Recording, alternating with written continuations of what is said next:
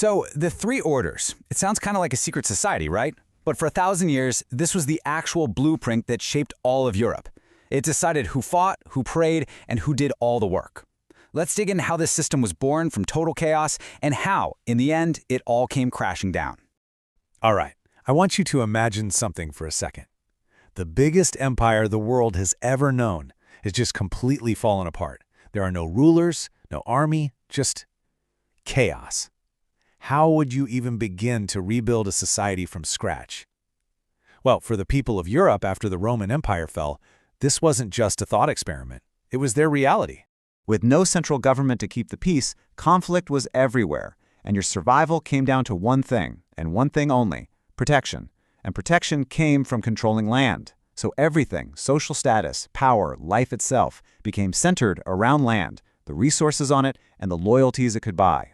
So, that's the big question, isn't it? How do you create any kind of order when everything is fallen apart? The answer that slowly emerged over hundreds of years was a system we now call feudalism. Now, feudalism is the word historians use to describe all of these super complex relationships. But what I find really fascinating is where the word comes from. It's from an old German word, feud, which literally just means a piece of land. That tells you everything you need to know about what mattered most. It was all about the land. To try and make sense of this new world, some French priests in the Middle Ages came up with a really powerful idea. They said society was naturally divided into three groups, or orders, and each one had a specific job to do, assigned by God. This wasn't just a social structure. People saw it as the divine plan for humanity. First up, you had the clergy, those who prayed. And believe me, they were way more than just spiritual guides.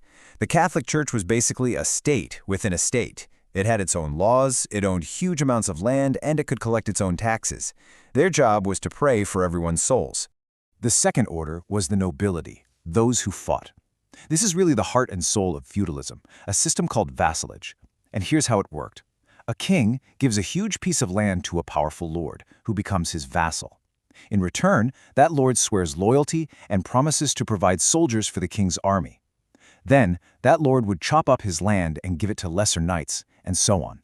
It was a whole pyramid of loyalty, all held together by land and the sword. And then we have the third order, the biggest group by a long shot, the peasantry, those who worked. These were the people who powered the entire medieval world. Some of them were free, but a whole lot of them were serfs. Now, a serf wasn't exactly a slave, but they were tied to the land. They couldn't leave without the lord's permission, and their labor paid for everything else. And look, this wasn't just some abstract idea. It was a deeply held belief. I mean, listen to how this bishop from the 12th century described it. He said, "Here below, some pray, others fight, still others work." It was seen as simple, clear, and the natural way of the world. Okay, so that's the big picture theory. But how did it actually play out in everyday life? Well, for the vast majority of people, their entire world was the Manorial Estate, a tiny, self-sufficient universe that was the real economic engine of feudalism. Take a look at this map. It really is a whole world in miniature. You can see the lord's manor house, the church, and all the little peasant cottages. Then you've got the fields, the shared pasture for animals, and things like the lord's mill and wine press. Pretty much everything you needed to survive was made or grown right here on the estate. So what was life actually like for a serf living here? Well, it was a life of obligations. You had to work the Lord's fields for a certain number of days a week. You had to provide other unpaid labor like fixing a fence or building a barn. You had to pay a direct tax to the Lord. You got paid no wages for any of this, and you couldn't even leave. Your work was the foundation that held up the other two orders. For centuries, this whole system, the three orders, the obligations, the manor, it must have seemed as permanent and unchanging as the seasons. But in the 14th century, a series of crises were about to hit Europe so hard that they would shatter this world forever. It started with a sudden, bizarre shift in the climate that caused the Great Famine. Then, just as Europe was starting to get back on its feet, ships sailing from the east brought a far more terrifying passenger, the bubonic plague, the Black Death.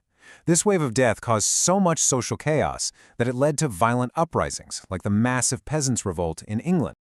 It's almost impossible to comprehend the impact of the plague. In just 3 short years, Europe's population dropped from around 75 million to as low as 30 million.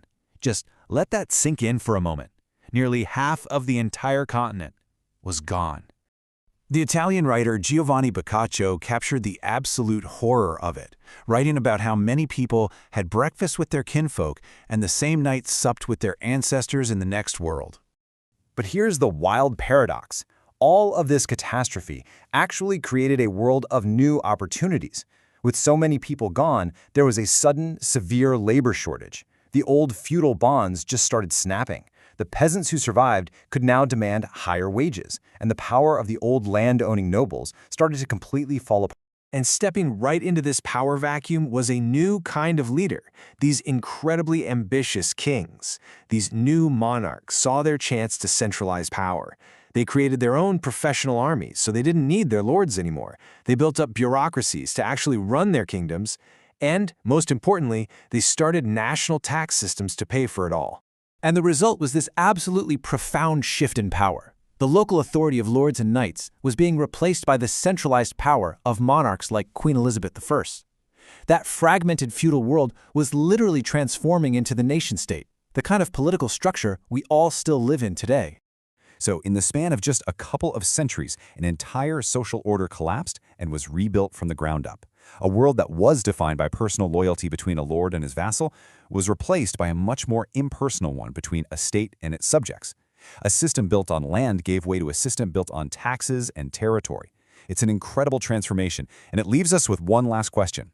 What does this tell us about how even the most stable-seeming societies can and do fundamentally change?